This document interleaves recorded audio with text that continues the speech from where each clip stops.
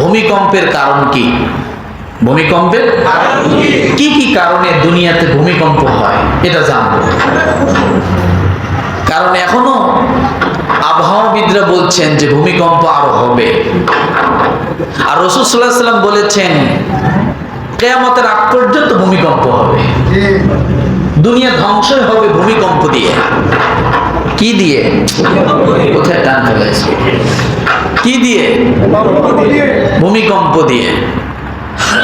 এজন্য একটা সূরা আল্লাহ তাআলা নাযিল করেছেন, ইযা যুলজিলাতিল আরদু জিলজালাহা। কিয়ামত অনুষ্ঠিত হওয়ার আগে ভূমিকম্প হবে।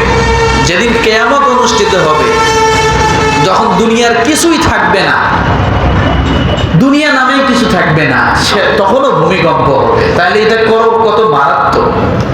ভূমিকম্প দিয়ে আল্লাহ তাআলা মানুষকে তুলবেন। ভূমিকম্পের দ্বারা দুনিয়াতে মানুষকে কি করবেন? দাবাবেন, মাটির তলে নেবেন। আবার কিয়ামত যেদিন অনুষ্ঠিত হবে তার আগে কি করবেন? ভূমিকম্প দ্বারা আবার মানুষকে কি করবেন? উঠাবেন। তাহলে দুইটাই আছে।